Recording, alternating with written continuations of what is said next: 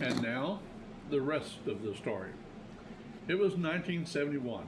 Three young Americans, sons of U.S. Air Force men, stationed in rainy, gray England, were trying to make music in a land that felt a world away from home. They called themselves America. Their debut album had come and gone with modest success. But one of them, a lanky guitarist and singer named Dewey Burnell, just 19 years old, was sitting in a room staring at the damp English countryside, dreaming of something drier, something vast, something that burned under an unforgiving sun. He remembered childhood road trips with his family back in the American Southwest, the Mojave, the Painted Desert, the scrubby expanse around Vandenberg Air Force Base in California, where the dry terrain met the coast and felt like another planet compared to the drizzly British Isles. Lizards skittering, rocks and sand, the heat, that relentless, honest heat. Excuse me. So Dewey picked up his guitar and began to strum a simple, hypnotic riff. He wrote about riding through the emptiness on a horse with no name. Why no name? Because in that lonely, purifying place, names and labels and the clutter of everyday life simply didn't matter. It was a metaphor, a vehicle, if you will, to escape the confusion and rain of ordinary existence and find a quiet place. The heat was hot, he sang, plants and birds and rocks and things.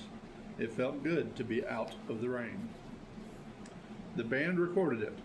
They almost didn't think much of it at first. A desert song, they called it initially, but when they released it as a single in late 1971 and early 1972, something extraordinary happened. It galloped straight to number one on the Billboard charts. In 3 weeks, knocking even Neil Young off the top spot. Not to Young's mild grumbling, nothing, noting how much it sounded like one of his own tunes. Radio stations across America couldn't get enough of that steady, two-beat rhythm and those evocative lyrics. Listeners were transported, but not everyone was pleased. Some stations, sniffing controversy, actually banned the song.